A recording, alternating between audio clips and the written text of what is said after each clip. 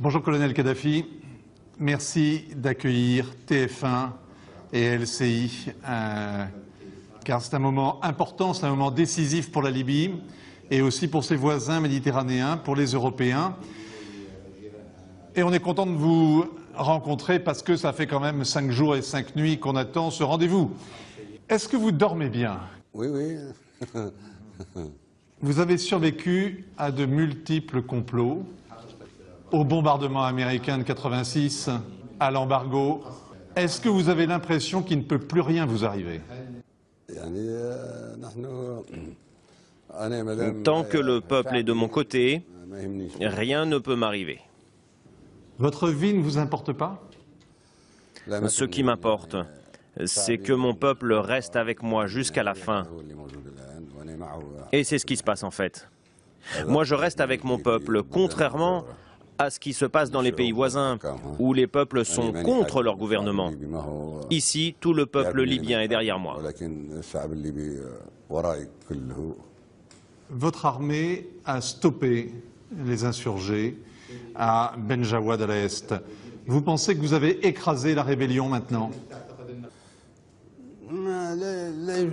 Il n'y a pas de rébellion. Ce n'est pas vrai. Ce sont des bandes d'Al-Qaïda qui provoquent les jeunes. Ils se sont infiltrés dans les prisons de Benghazi. Ils ont libéré des condamnés à mort ou des condamnés à perpétuité. Ils les ont armés et ils ont semé la terreur à Benghazi. Ceux qui vous connaissent bien disent que vous êtes un négociateur, que vous connaissez le donnant-donnant. Je voudrais savoir qu'est-ce que vous êtes prêt à sacrifier pour pacifier Benghazi et pour reconstituer l'unité de la Libye. Négocier avec qui? Le Conseil national, par exemple, de Benghazi, qui s'est constitué. Nous sommes face aux bandes d'Al-Qaïda et tout le peuple s'oppose à ces bandes. Il n'y a aucune division à l'intérieur de la Libye, enfin. Mais c'était vos anciens ministres, vous les connaissez très bien. L'ancien ministre de l'Intérieur, l'ancien ministre de la Justice. Non, non.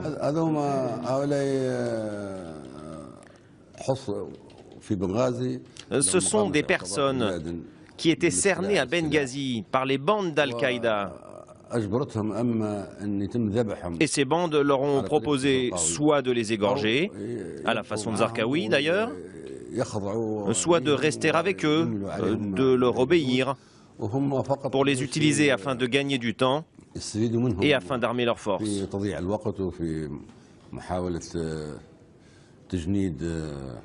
Si je vous comprends bien, vous pensez qu'ils ne sont pas libres. Mais bien sûr, ce sont des prisonniers. Avant de créer leur conseil, ils nous ont contactés pour nous dire que les terroristes avaient menacé de les tuer, à la façon de Zarqawi, et aussi qu'ils leur avaient demandé de leur obéir. Je leur ai conseillé de leur obéir jusqu'à ce qu'ils soient libérés par le peuple. Il s'agit d'officiers libres, d'avocats. Mais ils sont prisonniers. Des prisonniers. Des prisonniers. Mais, colonel Kadhafi, les ambassadeurs qui étaient auprès de l'ONU, par exemple, qui les menacent, ceux-là? Ceux qui mènent des actions terroristes à l'intérieur ont donné une fausse image de la Libye, en faisant croire qu'il y avait des manifestations, qu'on avait tiré sur les manifestants, qu'il y avait des milliers de morts. Cela a provoqué de la colère, mais en réalité, il n'y a pas eu de manifestation en Libye. Il n'y a pas eu de tir, jamais. Toutes les manifestations ici sont des manifestations d'appui à la grande révolution du 1er septembre. Il y a eu des échanges de tirs et un bilan de 150 à 200 morts. 150 à 200 morts des deux côtés. On dit aujourd'hui qu'il y a des milliers de morts. C'est un grand mensonge et c'est très surprenant, car le monde est sous l'influence de ce mensonge, qui ne peut être démenti que par une commission d'enquête. Nous sommes donc prêts à accueillir d'accueillir cette commission. D'abord sur les un éventuel dialogue. Est-ce que vous êtes prêt d'une manière ou d'une autre à lâcher du lest? Un dialogue entre qui et qui? Avec par exemple les tribus de Benghazi, de la région de Benghazi. Toutes les tribus de Benghazi sont de mon côté. Toutes les tribus de Benghazi sont venues me voir pour me manifester leur appui. Et jusqu'à présent, elles sont avec moi. Il n'y a pas de négociation avec les tribus. Toutes les tribus sont contre Al-Qaïda. Je vous pose la question différemment. Est-ce qu'il va falloir juger les traîtres? Selon le code pénal libyen. Un homme comme Mustafa Belkhalil, il mérite la potence? Ce n'est pas moi qui décide. Ce sont les tribunaux. Il y a un code pénal en Libye qui s'applique à ceux qui prennent les armes, à ceux qui ont des relations avec l'étranger, à ceux qui font venir les colonialistes dans leur pays. Mais si on vous demandait votre avis, vous êtes un révolutionnaire. C'est le code pénal qui décide. Il faut regarder les dispositions du code pénal. Non, je vous pose la question parce que ces dernières années, vous avez libéré des centaines de djihadistes. Ils ont fait une déclaration comme quoi ils renonçaient à la lutte armée et ils étaient libres. Est-ce que vous le regrettez? Est-ce que ce sont eux qui aujourd'hui combattent votre armée? Un certain nombre étaient en prison, d'autres étaient à Guantanamo, nous les avons fait libérer. Même les services secrets américains connaissent leur nom. Un certain nombre de ces gens sont à l'origine des événements actuels. Al Arabiya prétend que vous avez proposé au Conseil national de Benghazi de vous retirer avec vos enfants en échange d'un sauf-conduit. Renoncer à quoi? Renoncer à quoi? Renoncer à quoi? Je n'ai pas de poste auquel renoncer. Tout le pouvoir est entre les mains du peuple libyen. C'est un mensonge. Évidemment, puisque je n'ai pas de poste auquel renoncer, je resterai toujours ici. Ben justement. Alors, mais un leader, vous êtes un leader depuis 42 ans. Vous pensez que vous serez encore là dans 42 jours? Sûr. Rester comment? Leader, à cette place. Oui, comme guide de la révolution de 1969. Il n'y a rien à redire là-dessus. Alors, en Libye, il n'y a pas de constitution, il n'y a pas d'élection et il n'y a pas de retraite. Le peuple libyen est arrivé au pouvoir et contrairement à tous les peuples du monde, il exerce ce pouvoir à travers le Congrès populaire. Vous ne connaissez pas le système libyen. Vous ne connaissez pas le système de la Jamaria. J'incite le peuple libyen à continuer à exercer le pouvoir. Vous ne pensez pas qu'au bout de 42 ans, on peut changer aussi? Par exemple, il pourrait y avoir une constitution en Libye. Cela concerne le peuple libyen, il est libre. S'il veut une constitution, qui peut l'empêcher? Mais une constitution inspirée par les bandes de Ben Laden... Vous parlez de dizaines de milliers de morts si l'Occident intervient pour aider les rebelles, ou les insurgés, ou les bandes terroristes, comme vous dites. Mais, alors, on se dit, mais où est passé le nouveau Kadhafi? Où est passé le sage africain? Où est passé l'homme de paix que vous prétendiez être? Je suis là. Je ne peux pas combattre mon peuple. Mon peuple combat à mes côtés. C'est un mensonge que vous avez créé. C'est un mensonge fabriqué par les peuples colonialistes comme la France, la Grande-Bretagne et l'Amérique. Ils ont exploité les attaques de Ben Laden, mais au lieu de dénoncer Ben Laden, ils en profitent pour occuper la Libye. Peut-être est-ce un complot colonialiste. Si Al-Qaïda n'est pas un ennemi, nous serons les premiers à devenir ses amis et à nous mettre d'accord avec eux. Demain, je pourrais faire venir Ben Laden en Afrique du Nord. Vous savez ce que disent les Européens? Ils disent que vous n'êtes pas le rempart contre Al-Qaïda. Ils disent que c'est la démocratie qui est le meilleur ennemi d'Al-Qaïda. Ils disent que c'est la démocratie qui combat le terrorisme. Ce sont des naïfs, selon vous? Al-Qaïda est contre la démocratie, c'est bien connu.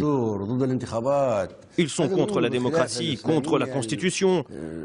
Ils rêvent d'un califat islamiste qui n'a rien à voir avec l'organisation des sociétés civiles, avec la liberté de la presse, la liberté d'expression, les élections. Ils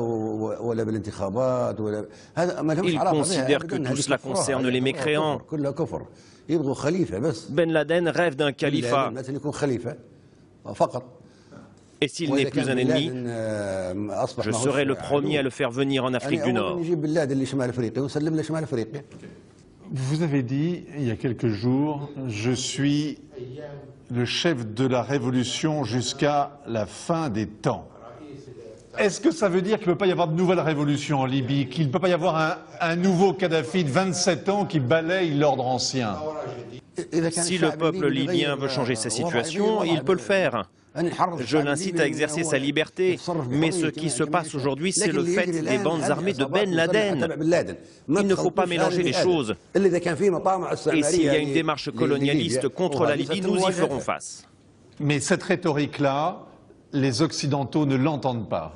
Alors, vendredi, les 27 chefs d'État et de gouvernement européens se réunissent à Bruxelles dans un conseil extraordinaire pour parler de la Libye, uniquement de la Libye.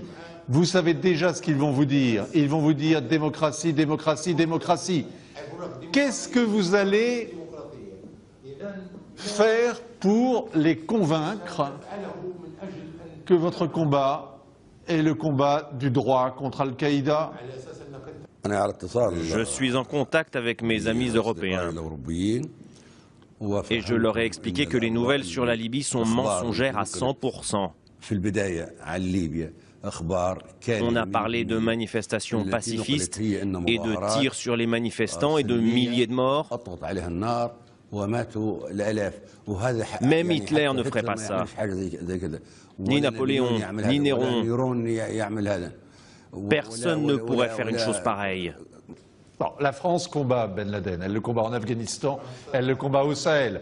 Elle a perdu des hommes, des otages ici, des soldats là-bas. Vous avez eu Nicolas Sarkozy au téléphone? Non, non, je ne lui ai pas parlé. Est-ce que vous êtes déçu par Nicolas Sarkozy? Bien sûr, il y a eu de la colère et une traîtrise.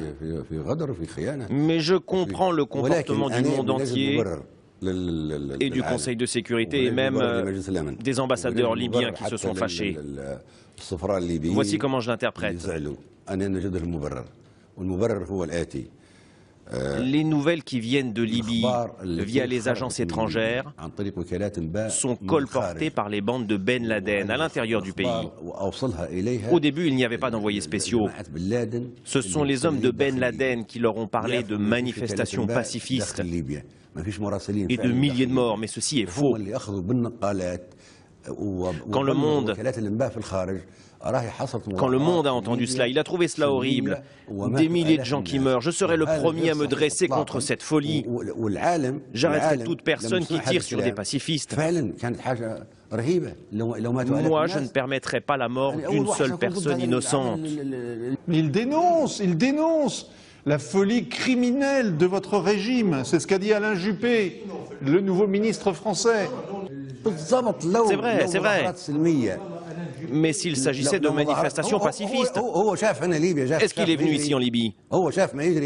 Est-ce qu'il a vu ce qui s'est passé? Il a entendu, seulement entendu. Il a téléphoné. Par téléphone. Toute personne peut mentir au téléphone. Et pourquoi vous ne venez pas sur place pour vous assurer de la vérité? Nous ne plaisantons pas. Nous ne jouons pas une comédie. Je peux comprendre la réaction du monde, du Conseil de sécurité et même des Libyens qui sont à l'étranger. Des nouvelles horribles leur sont parvenues par téléphone portable. Ce sont des mensonges à 100%. Monsieur mon colonel, est-ce que vous allez prendre des mesures de représailles contre la France? Nous verrons bien. Est-ce que vous pensez que vous retournerez un jour planter votre tente à Paris? Pourquoi pas? Après le départ de tout cela, je visiterai l'Europe et l'Amérique. Je pense qu'ils vont tous partir. Est-ce que vous avez parlé à Moubarak, à Hosni Moubarak? Et qu'est-ce que vous lui avez conseillé quand il était en face des événements qui l'ont chassé du pouvoir? Ce qui s'est passé en Tunisie et en Égypte est différent de ce qui se passe en Libye, car leur peuple demandait la démission de ceux qui ont été élus président. En Libye, le peuple est avec moi contre les bandes de Ben Laden. Vous avez eu Ben Ali au téléphone? Parce qu'on dit qu'il est dans le coma, vous savez s'il est... Vous l'avez eu au téléphone depuis? Non, il y a longtemps que je ne lui ai pas parlé, depuis qu'il est parti en Arabie Saoudite. Le procureur de la Cour pénale internationale prétend que des centaines de civils ont été tués et que les responsables libyens vont devoir rendre des comptes. Et il dit que l'enquête va aller très vite. Qu'est-ce que vous lui répondez? Qu'il vienne ici? C'est un menteur. C'est un menteur. Il n'a qu'à fonder sa position sur une enquête. Qu'une commission soit envoyée par le Conseil de sécurité des Nations Unies, qu'elle fasse son travail. De notre côté, nous accepterons ces conclusions. Comment peuvent-ils prendre des décisions sans venir sur le terrain, constater les faits? Leur position a été prise sur la base de communications téléphoniques avec des membres d'Al-Qaïda qui se trouvent en Libye. Ce qui est très curieux, c'est que quand vous me dites que les terroristes vous combattent et que le monde entier ne comprend pas que vous êtes en face du terrorisme, ça me rappelle une interview que j'avais faite avec Slobodan Milosevic, avant qu'il ne parte à La Haye. Est-ce que vous pensez que vous êtes face à un complot? Est-ce que vous vous sentez piégé? Je pense que l'Amérique, avec certains de ses alliés, ambitionne de mettre la main sur le pétrole libyen.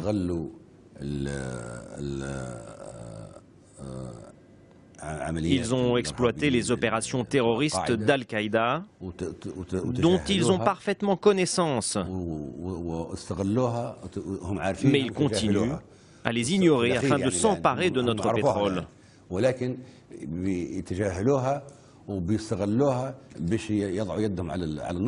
Cela aboutira à une grande confrontation entre ces pays cupides et tout le peuple libyen. La vie du peuple libyen dépend du pétrole et il ne permettra à personne de mettre la main sur ce pétrole. Tout le peuple libyen luttera. C'est jouer avec le feu dans une région extrêmement sensible et cela va ruiner l'Afrique du Nord. Peut-être même que Ben Laden viendra en Afrique du Nord et Al-Qaïda se déplacera d'Afghanistan en Afrique du Nord. La mer Méditerranée sera ruinée, l'Europe sera ruinée et le djihad sera déclaré en Afrique du Nord contre l'Europe. Cette politique consiste à jouer avec le feu. C'est un jeu extrêmement grave. Ces aventuriers qui parlent aujourd'hui d'intervention armée ne prennent en considération ni les intérêts de l'Europe, ni ceux de la Méditerranée, ni ceux des peuples de cette région, ni les intérêts de la paix internationale. Ils ne nous laissent même pas combattre Ben Laden. Demain, Gaza ira jusqu'à Casablanca. Je pourrais faire venir Ben Laden et toute l'Afrique du Nord se transformera en Gaza. Si Ben Laden n'est plus un ennemi, alors je serai son frère.